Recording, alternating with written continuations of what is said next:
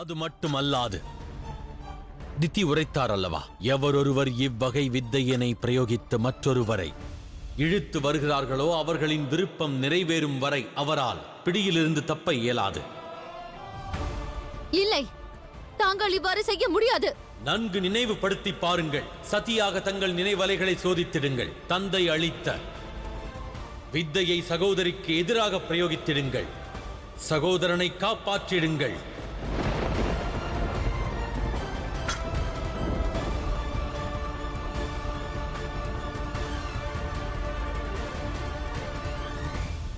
செல்லலாம் அசுரமாதா.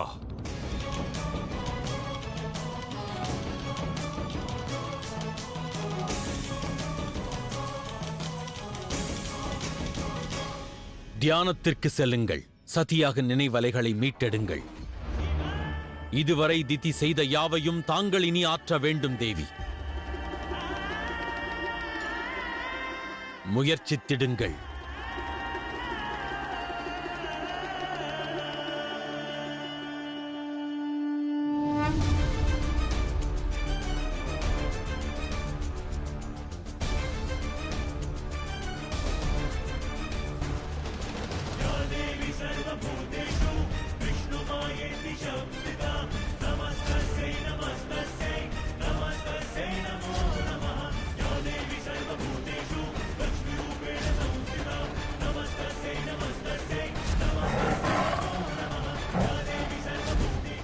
திதி, திதி,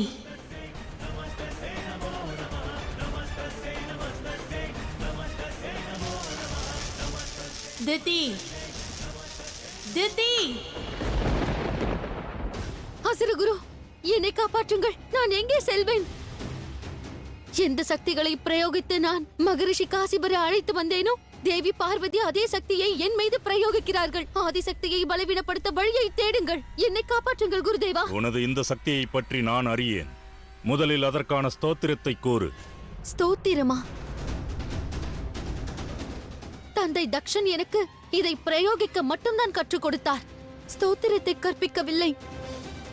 ஒருவேளை எதிராளி இந்த சக்தியை உங்கள் மீது பிரயோகித்தால் எவ்வாறு தப்பிப்பது என்று அவர் எனக்கு கற்பிக்கவில்லையே. ஸ்தோத்திரத்தை அறியாமல் இதற்கு எவ்வாறு தீர்வு காண்பது? வாருங்கள் குருதேவா. திதி, திதி, திதி.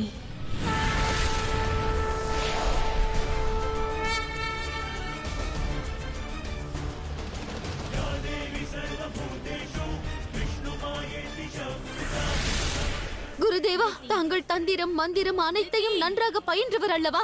ஏதேனும் செய்யுங்கள். இல்லையேல் அந்த ஓசையின் வழியே நான் இழுத்துச் செல்லப்படுவேன். எந்த வித்தையை பற்றி எனக்கு தெரியாதோ அதற்கு எவ்வாறு நான் தீர்வு காண இயலும்? திதி, திதி, திதி.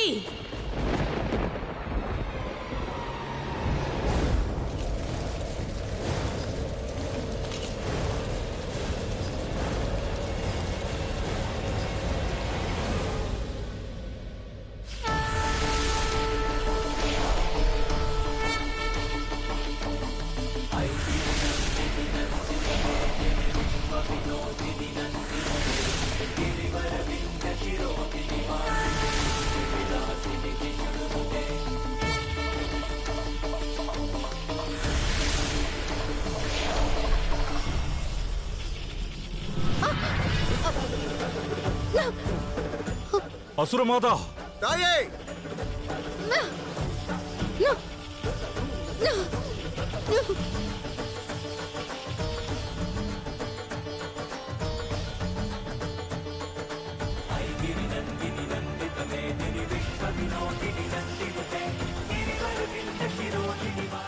குருதேவா, காப்பாற்றுங்கள்.